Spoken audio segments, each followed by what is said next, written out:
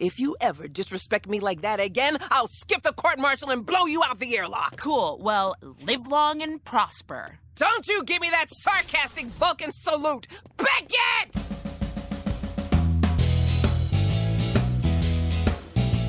Welcome, everyone, to the Positively Trek Lower Decks review show. I am your host this week, Dan Gunther. With me, as he is every week, is, of course, my co-host, Bruce Gibson. Bruce, how excited are you to talk about Moist Vessel? Are we talking about the episode? Yeah.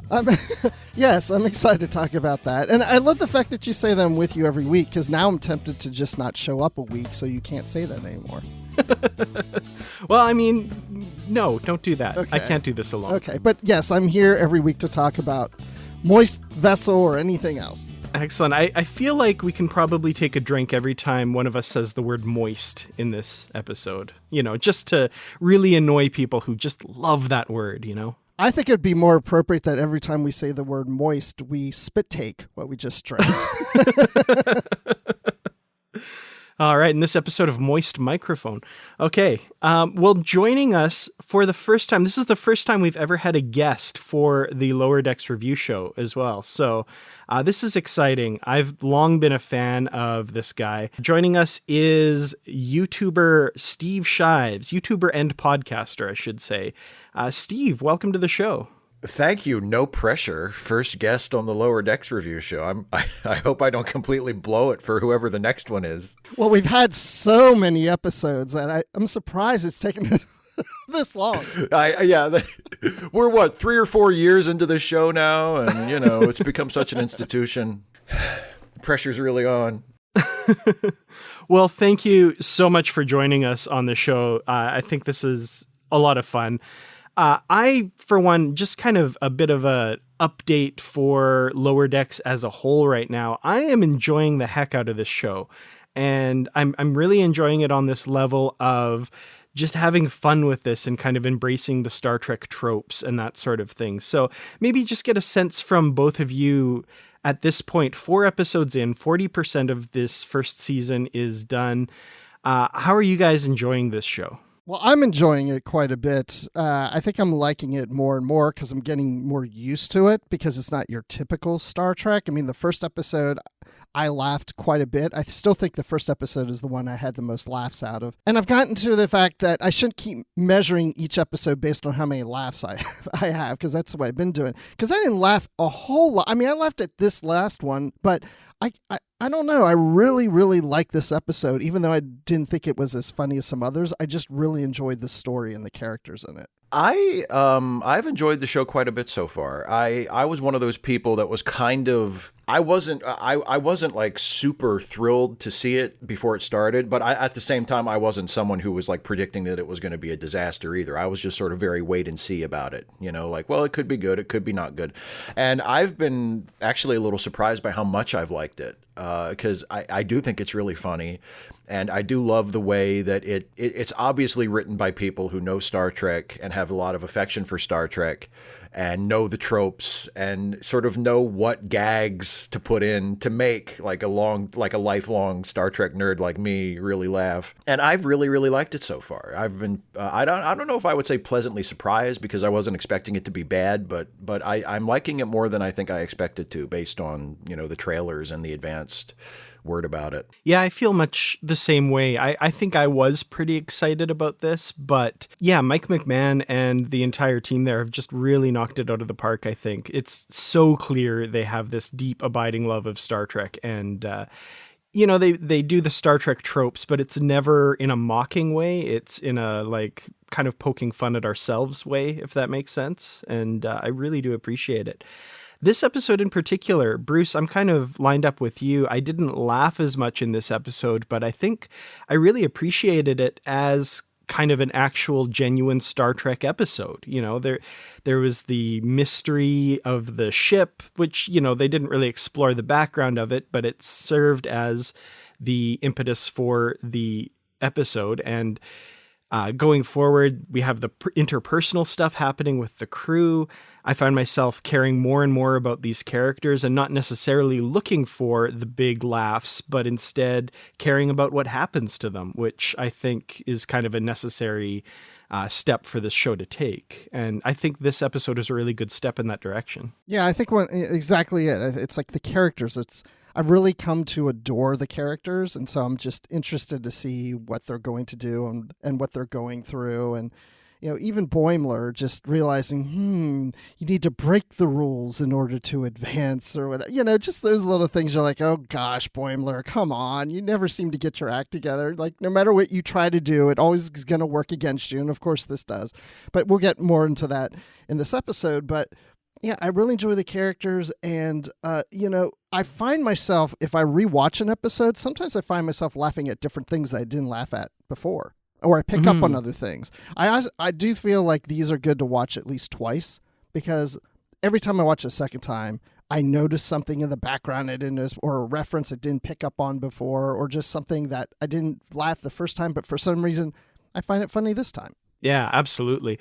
These definitely benefit from rewatching, and we'll get into the Easter eggs as well that we found, and there's some really deep ones in this one. Not as many as maybe in previous episodes, but what is there is kind of crazy deep cuts. So let's talk about the story a little bit. So we've got kind of two main A and B plots going on here. The A plot, I would say, is Mariner and her kind of increasing, I would say, obnoxiousness around the captain and the crew. And this cold open, it should be said, this cold open is the first one we have that kind of ties into the rest of the story. It's not really separate from the rest of the episode. But, I've seen a lot of people online saying they find Mariner really obnoxious and that sort of thing. And I didn't really think so until this episode. She was really over the top obnoxious in that first scene, I think. I kind of like what they're doing with Mariner, because we're 4 episodes in, and you're starting to get a good sense of the characters, but sometimes it's difficult to tell. It's difficult to divine what a writer's intention is sometimes, but I have this feeling that they're doing something with Mariner where they're making her not just obnoxious, but also she's just incredibly competent. Like, she always knows what to do, and it's like she's too good of an officer, even though she's really ambivalent about the whole thing and doesn't want to be promoted and doesn't really, seem to take to her duties all that well. But she's obviously really good at pretty much everything. And I feel like the writers are doing that intentionally to poke fun at this idea that, that characters in the new versions, in the new shows are Mary Sue characters. You know what I mean? Like, the people who don't like the shows like to complain about that and say, oh, the characters are too perfect and they're too competent and they never make mistakes and blah, blah, blah. And with Mariner, because this is a comedy show, you can take that and you can make that into a joke. And you can be like, oh, actually, yeah, she is really good at everything, and you can play it for a laugh. And I've really, really enjoyed that, and I think, like, the fact that the captain in this episode promotes her as a form of punishment, like, the captain promotes her knowing that she will hate that. Because, like, even though she's this great officer, she obviously does not want the responsibility and the pressure of having a higher rank. I thought was terrific. Yeah, I like your comment about the Mary Sue. That's interesting. I hadn't thought about it that way, but I can see that for sure. The thing I really relate to with Mariner, especially now in this episode, because I know in the last episode I said, okay, I've already determined Mariner is my favorite character in this series. But in this episode, it really started to come out as to why, because I feel like Mariner is my inner self. And what I mean by that is not that I think I'm great at doing everything in my job. I certainly don't think that. But in a lot of ways, and if anybody I'm working with is listening right now, I apologize. But, there's so many times where I'm just like, am I the only smart person in the room right now? Am I the only one who's getting this? I'm kind of looking around this room now going, Exactly. It's like, especially that scene when she's in there with the senior officers in the conference room. I was just like, that's me in my head sometimes, because I'm now at an executive level at my company, and I sit in those rooms with the top brass, and there's just some conversations where you're just sitting there, you're just like, why are we talking about this? Why are we harping on this? And I wish I could yawn right now. I really do feel like I wish I could slam my face down on the desk and just go, and I'm like, oh my gosh, Mariner is my inner self.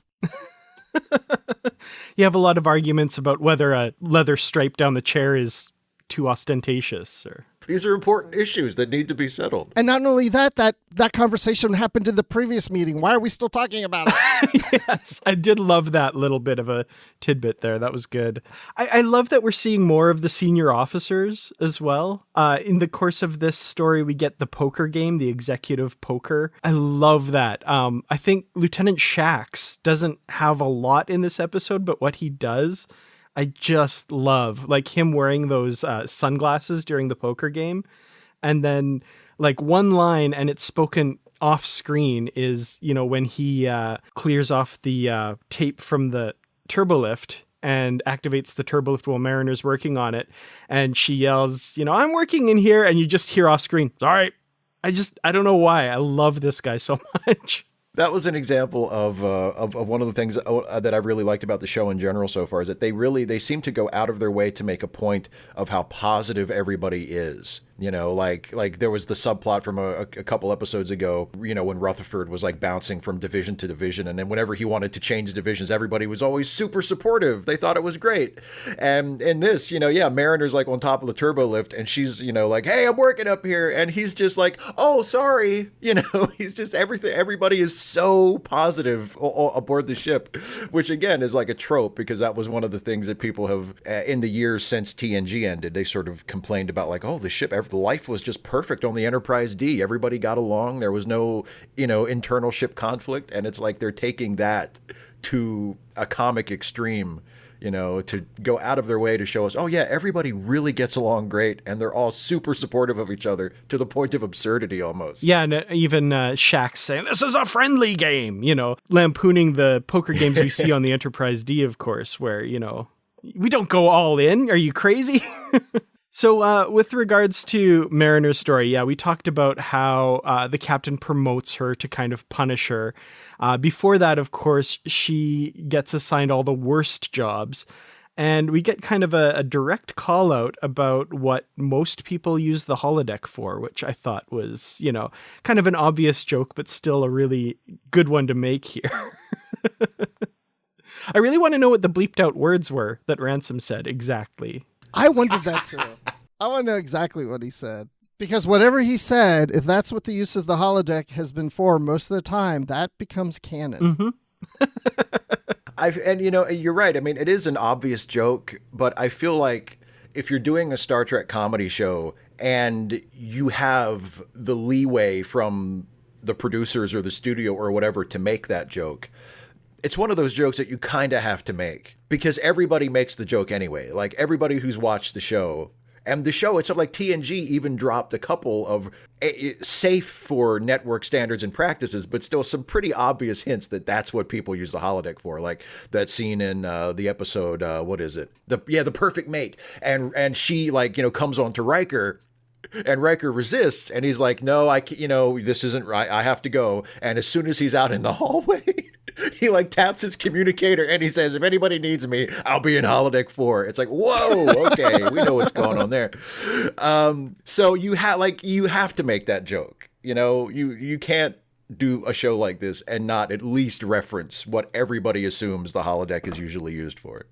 I recently saw, I think just yesterday, somebody posted in a Star Trek group a meme, and that meme format where there's the two buttons and then it shows the person sweating and he's like, ooh, I don't know which one to hit. The one button was the wildest sex with anybody you can possibly imagine in any location whatsoever. And the other button was recreating 19th century historical fiction. And the guy is labeled holodeck user. I don't know which one to pick. Yes. So perfect. Exactly. Yeah, I mean, we all know what would be picked most of the time. It's, yeah. I don't know. Speak for yourself. I would love to do nothing but Sherlock Holmes stories. I don't know about you guys, man. Oh, yeah, and I mean, being a nanny to a bunch of bratty kids in the 19th century, that's where it's at, right? In a subplot that lasts for multiple episodes and never connects to anything. Never, and goes nowhere. It goes nowhere. Yeah, we get the this generational ship. This fluid aboard it is I like to call it the Genesis fluid, right? I mean, this stuff basically brings life from lifelessness. Totally. That's what it seemed like to me. And it, of course, escapes containment and gets aboard the Merced, which is the sister ship to the Cerritos that's involved in this mission. And, of course, it gets aboard the Cerritos as well. And this is where I think we talked a little bit about Mariner's competence. That's where that shines through, where, she kind of shows the captain that, like, yeah, she is good at her job and she is really competent. I feel like almost she's the character that's like the advanced student who's getting bored in the class that acts out kind of thing. I feel like that's the kind of character she is at this point. Well, and also, I mean, that's a fairly typical Star Trek character type. I mean, all of them are good at stuff. Like I've found it so unusual to hear, the people who have not been fans of the new crop of shows complaining about like how the protagonist is too good at stuff. It's like, since when has there been a protagonist of a Star Trek series who wasn't super competent at almost everything they did? And beams down at every away mission. Yeah, I mean, it's just a really silly criticism. And yeah, and the fact that, you see Mariner, and there's that nice moment between her and the captain where the captain, I think it's something like the captain says, that's exactly what I was going to do. Like when Mariner suggests the solution to the problem to release the compound. And of course, just like in TNG, they release a gas into the ship and it fixes everything, and she's like, oh, that's exactly what I would have done, Yeah. No, it's typically Star Trek magic wand reversal. I even feel like this episode might be making fun of the reset button as well, because like not only is that just completely reset with a bit of a tech thing, but we also get Mariner back demoted to her original position, right exactly to where she was at the start of the episode in the course of an hour, as Boimler says. I like that because it kind of keeps with my headcanon when it comes to Voyager and Harry Kim. I just always want to think that Harry Kim did get promoted, but he got demoted and we just never saw it on screen. That needs to be like a fanfic series or something where it's the episodes between the episodes. Yes. And it's Harry getting promoted and then screwing it up somehow and getting demoted again by the start of the next episode. It's promoted like 10, 20 times in the whole series. Demoted every single time. Oh, I love it. So we've also got the B plot of this episode, and this is kind of we have Tendi front and center, which I really appreciated because I think from early on, like the first episode, I was really interested in this character, and I like that she was kind of used as an audience surrogate for that first episode, but then she kind of took a bit of a backseat for the last couple. Now she gets kind of front and center in this plot where she gets to witness this guy ascending. What did you guys think of this subplot as a whole? And we'll get to kind of where it goes at the end, and I have some thoughts on that. But kind of as a whole, what did you think of this guy? Yeah, of the guy, what I think of the guy. The guy, well, that whole storyline, though, to me, I really thought it was cute because, like you're saying, we're seeing more of Tendi, and this guy is like, stay away from me, you're ruining everything. And then to find out, oh, it's just, the way they're doing things and what he's been doing this whole time is just because they want to be liked. And so, oh, well, if, we're just trying to do whatever we can to be liked and have friends, and we must be best friends. And it's just the whole idea of just trying to do and trying so hard to do something just to be liked, instead of just naturally letting things happen. But I just thought it was cute. It might have been my favorite part of the episode, and that's a pattern I've noticed in the show so far, is that because in the first episode and then also the second episode, my favorite parts, or the parts that, at least the parts that I thought were the funniest, were the subplots. I loved both of Rutherford's subplots. I mentioned already when he keeps changing divisions. I thought that was really funny. And then in the first episode, I absolutely loved the subplot of him going on the first date while all hell was breaking loose on the ship. That cracked me up. I thought that was so brilliant.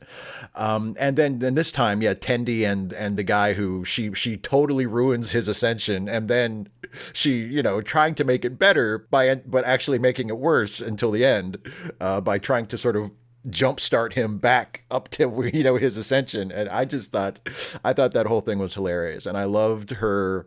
She wants to be liked, but also it's like she just wants to make it better. Like she's sorry that she screwed it up, and she just wants to make it better and to make this guy happy. And the harder she tries, the worse it gets. Yeah, she wants to make him like her.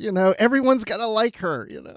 Bruce, when you said you see yourself in Mariner, I think I kind of unfortunately see myself in Tendi a little bit. And it's, when I find out somebody doesn't like me, maybe I'm not following them around and trying to get them to like me, but I'm probably asking like 10 to 15 mutual people, like, why does this person not like me? I should probably talk to somebody about that. But anyway. Yeah. Well, Dan, I just want you to know that we like you. So. Aw. Well, thanks. I'm not going to lie. I needed to hear that.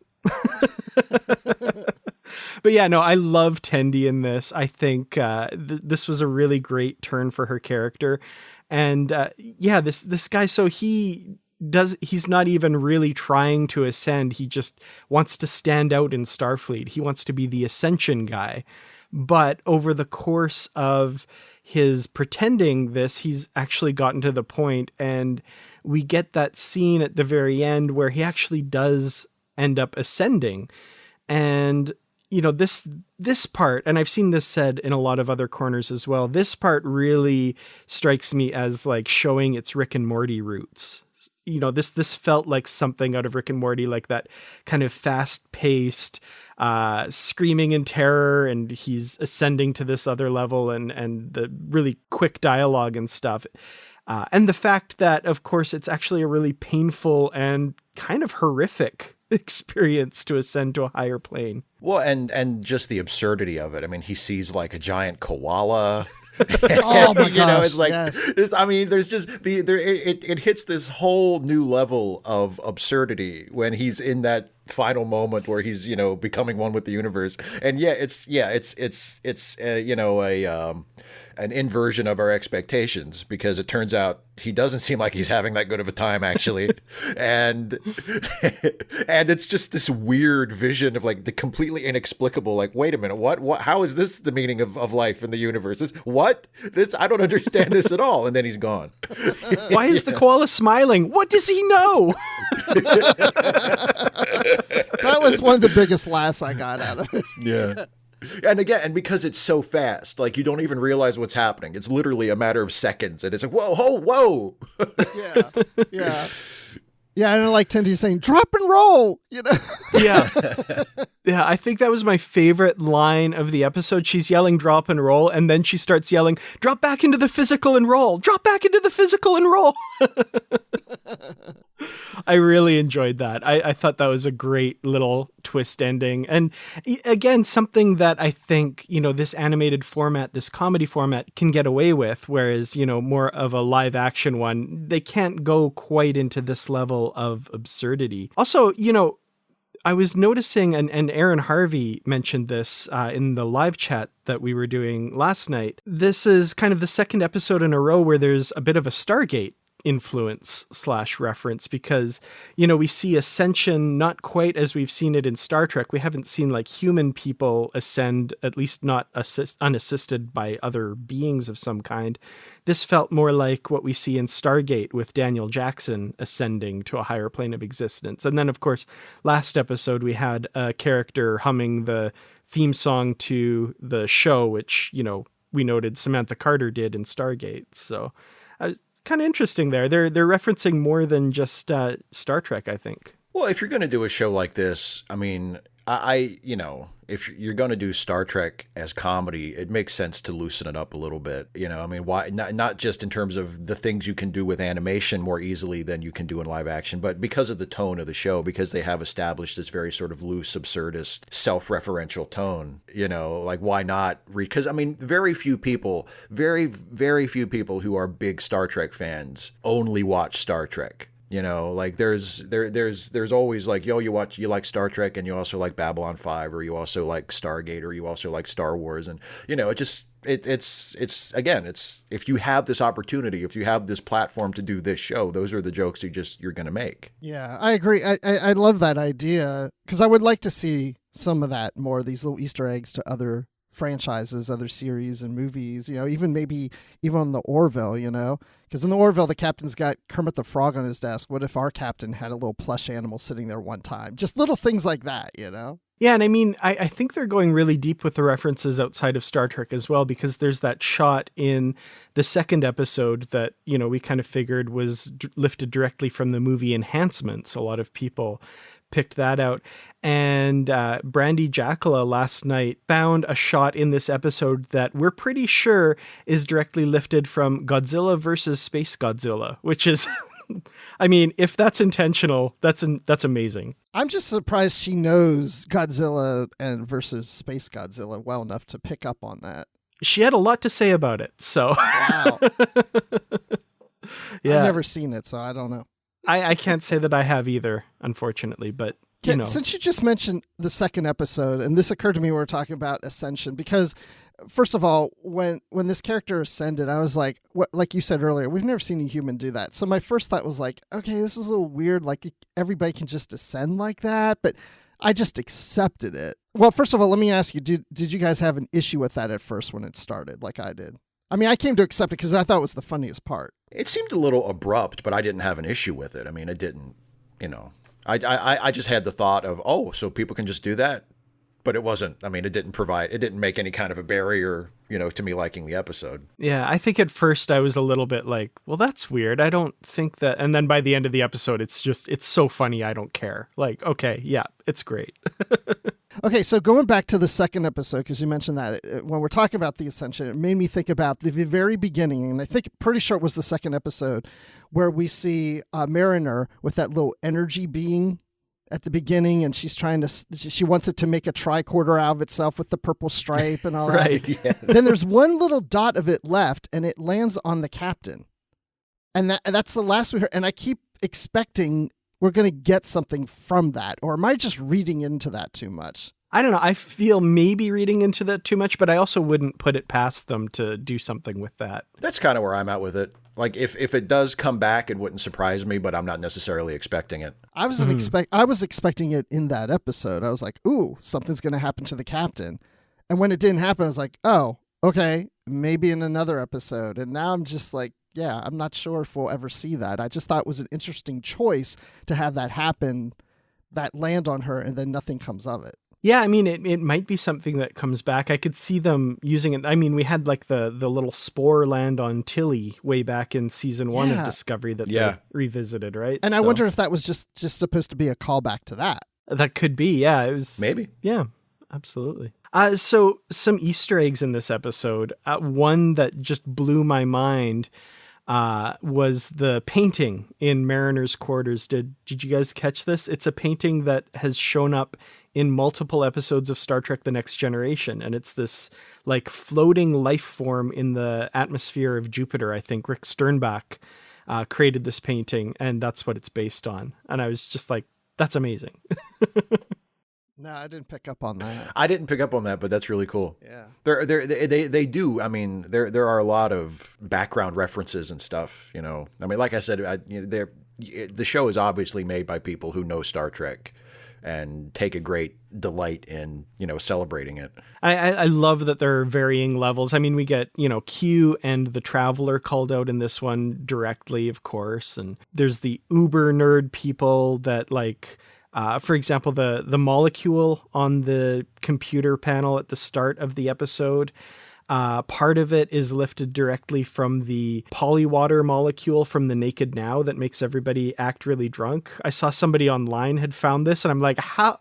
That's insane. Like, A, that they put that in, and B, that people are actually catching it the day of release of the episode. Like, that's nuts. Yeah, and when the captain and Mariner were going down, the vines with the little waterfalls and stuff, I mean, it just reminded me of Genesis. Oh, totally. Yeah, absolutely. Yeah, absolutely. Which, by the way, gets back to the title of this episode, Moist Vessel. I'm assuming it's because the vessel, the ship, is going organic with plants and life and moisture in the air. Yeah, I think there's a double meaning, and I feel like I meant to look this up, but I feel like there's kind of a spiritual something about like something vessel. That sounds like something to do with ascending or something like that.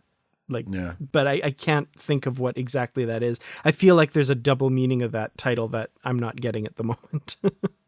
So I guess before we end the show, what kind of did you guys get to be the deeper meaning of the episode? Because I think there is one. I think there is a theme that kind of ties this whole thing together, and thematically that links all the stories and that we're supposed to take away. Because good Star Trek, of course, always has a lesson, right? I guess if I had to think about a larger theme, it would be for this episode. It would have something to do with sort of managing expectations and not pursuing things that you think you're supposed to pursue just for their own sake.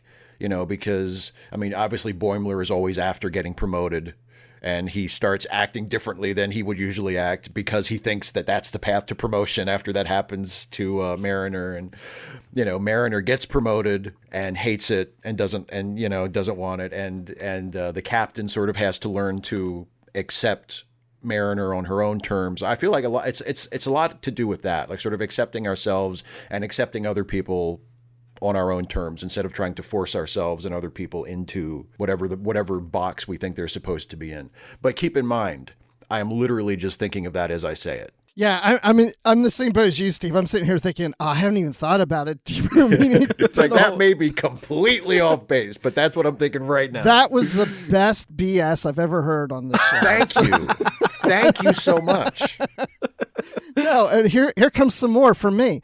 What I'm thinking is kind of going along those lines of, and I don't even know if this is really what the meaning should be, but it's almost as if when you're trying so hard for something, you may be missing it.